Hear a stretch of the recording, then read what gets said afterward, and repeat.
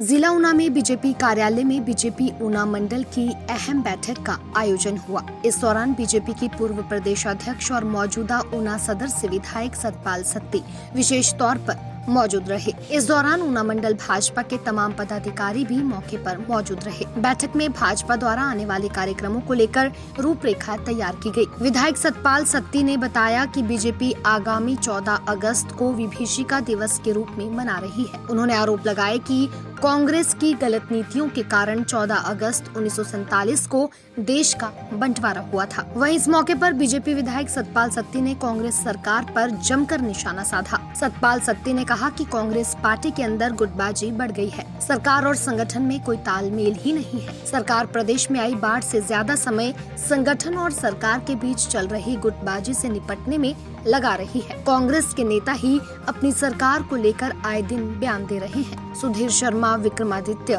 प्रतिभा सिंह द्वारा दिए गए विरोधाभासी बयान से साफ जाहिर होता है कि यह सरकार अब ज्यादा समय तक नहीं चलने वाली। क्या कुछ कहा विधायक सतपाल सत्ती ने, आपको सुनाते हैं। हर विधानसभा क्षेत्र के अंदर अनेकों कार्यक्रम भारतीय जनता पार्टी के प्रदेश स्तर से आए हैं जो विधानसभा के मंडलों ने करने हैं।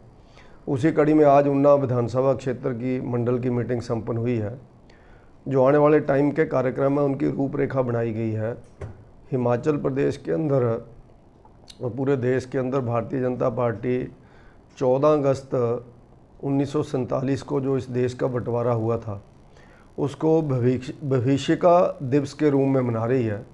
तो उस कड़ी में 14 अगस्त को भारतीय जनता पार्टी भी ऊना मंडल के अंदर कार्यक्रम करेगी ताकि उस समय जो कांग्रेस की गलत नीतियों के कारण देश का बंटवारा हुआ था, जिसमें लाखों लोगों की मौत चली गई थी, लाखों लोगों के घर उजड़ गए थे और देश के टुकड़े हो गए, उसकी याद लोगों को दिलाई जाए कि किस तरह से कांग्रेस ने सत्ता के लालच में संघर्ष की जगह सत्ता को चुना और इस देश को गृह युद्ध की आग में झोंका और जिसके कारण देश का बंटवारा हुआ। तो ये पिछले साल नरेंद्र मोदी जी ने निर्णय लिया था कि हम पूरे देश के अंदर विभीषिका दिवस के रूप में इसको मनाएंगे। उसके साथ साथ 16 अगस्त को अटल बिहारी वाजपेयी जी का जन्म दिवस है।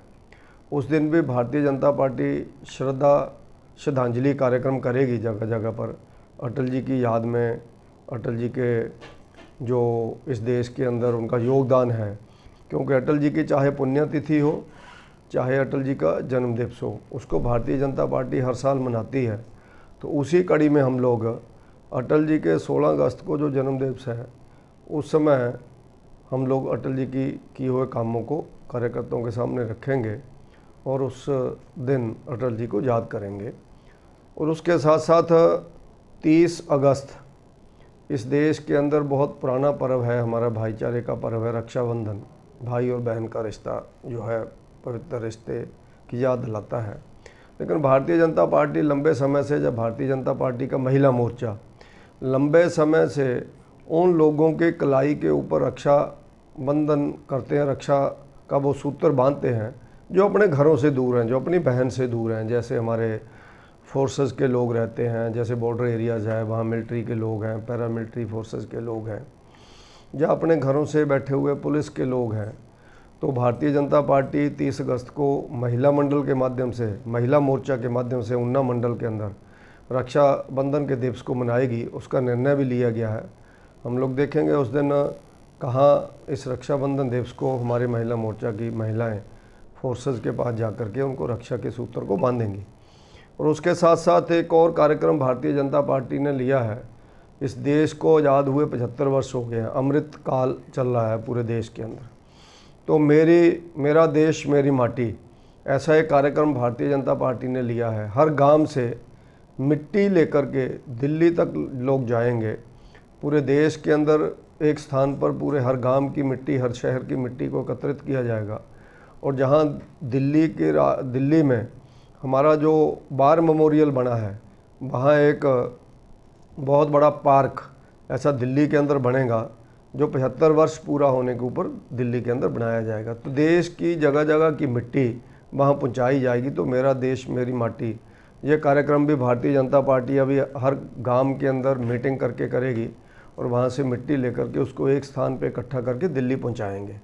इस तरह से अलग अलग कार्यक्रम जो देश हित के कार्यक्रम हैं, समाज हित के कार्यक्रम हैं, उन सब कामों की योजना आज बनाई गई है और आगे कार्यकर्ता हर गांव के अंदर इन कार्यक्रमों को करेंगे और पार्टी के नेता लोग वहां पर जा कर के गांव के अंदर, शहरों के अंदर, वार्ड के अंदर इन कार्यक्रमों को अमली जामा पहनाएंगे ताकि लोगों के अंदर आज़ादी जो हमें बड़े लंबे समय के बाद मिली उसका भी जश्न मनाया जा सके और उसके साथ साथ जो आज़ादी आधी अधूरी मिली, हमें देश का बंटवारा हुआ, वो भी लोगों के ध्यान में 14 अगस्त को विभीषिका दिवस के रूप में मना करके जनता के सामने हम उसका विषय रखेंगे।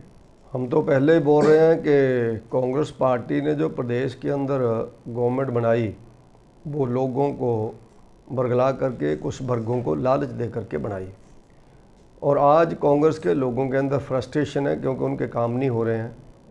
मंत्रिमंडल तक का गठन कांग्रेस नहीं कर पाई है। 3 मंत्री आज खाली पड़े हैं। कांग्रेस निर्णय नहीं ले पा रही है, न प्रदेश हाईकमान निर्णय ले पा रही है, न केंद्रीय हाईकमान निर्णय ले पा रही है किसको मंत्री बनाना है, किसको नहीं बनाना है। तो जो अभी बयान सुधीर शर्मा जी का आया है, राजेंद्र राणा जी का आया है, इसके साथ साथ इससे पहले कांग्रेस की प्रदेश अध्यक्षा प्रतिभा सिंह जी ने भी बयान दिया था कि संगठन और सरकार का कोई तालमेल नहीं है, पुराने कार्यकर्ताओं को कोई पूछ नहीं रहा है, कार्यकर्ताओं की अनदेखी हो रही है, ऐसा उन्होंने बयान दिया था। इसी तरह के बयान विक्रमादित्य सिंह ने समय समय पर दिए हैं। ऐसे ही कांग्रेस के फिर एक दूसरे के ऊपर विरोधी बयान आ रहे हैं मंत्रियों के, विधायकों के। तो हिमाचल प्रदेश में जो सरकार इस जो प्रदेश के अंदर बाढ़ आई है उससे निपटने में कम टाइम लगा रही है, प्रदेश के अंदर पार्टी के अंदर जो लड़ाई है उससे निपटने में ज़्यादा समय लग रहा है। अब प्रदेश की जनता को भी ध्यान में आ रहा होगा कि उन्होंने क्या किया चुनावों के दिनों में। एक अच्छी भली चलती हुई सरकार को हटा करके चंद लालच में पड़ करके कुछ लोगों ने कांग्रेस के पक्ष में वोट डाला। हम लोग 0.9% से हार गए। बहुत वोट भारतीय जनता पार्टी को भी पड़ा, लेकिन बहुत बड़ा वोट बैंक ऐसा था जो चंद लालच में चला गया। 1500 रुपया पेंशन के कारण चला गया महिलाओं का ग्रुप, और कुछ लोग अन्य लोग हैं, अलग अलग वर्ग थे उसमें। कोई दूध बेचने के चक्कर में चला गया, कोई गोबर के चक्कर में चला गया, कोई नौजवान लोग 5 लाख नौकरियां मिलेंगी सरकारी उसके चक्कर में चला गया। कुछ और लोग भी गए जिन्होंने अपने व्यक्तिगत स्वार्थ को प्रमुख रखा और प्रदेश को पीछे रखा। अब वो देख रहे हैं प्रदेश की दुर्दशा क्या हो रही है। तो ऐसे जो इनके विरोधाभासी बयान हैं ये दर्शाते हैं कि ये गवर्नमेंट ज़्यादा समय चलने वाली नहीं है। इस गवर्नमेंट के अंदर बहुत विरोधाभास है। अभी तो मंत्रिमंडल बना नहीं है, जब बन जाएगा उसके बाद और विरोधाभास शुरू होगा। सत्ता का इम्बैलेंस है इसमें। कुछ जिलों के अंदर सत्ता पूरी कूट कूट करके भर दी गई और कुछ प्रदेश के जिलों के अंदर सत्ता में उनको इग्नोर कर दिया गया, जिनका योगदान, जैसे कांगड़ा है, उनका बहुत बड़ा योगदान सरकार बनाने में है। 15 में से 10 सीटें कांग्रेस को दी हैं लोगों ने, लेकिन वहाँ हालत बड़ी ख़राब है। तो ये सारी चीज़ें आने वाले टाइम में और ध्यान में आएंगी। ये सरकार ऐसे ही चलेगी, जितना चलती है उतना देखेंगे, और जब तक है तो प्रदेश की जनता को भुगतना ही पड़ेगा। जो भी जनता ने किया है उसका खामियाजा सब लोग भुगत रहे हैं, जो जनता को देखना पड़ेगा। दैनिक सवेरा के लिए ऊना से राजीव भनोट के साथ लखबीर लक्की की रिपोर्ट।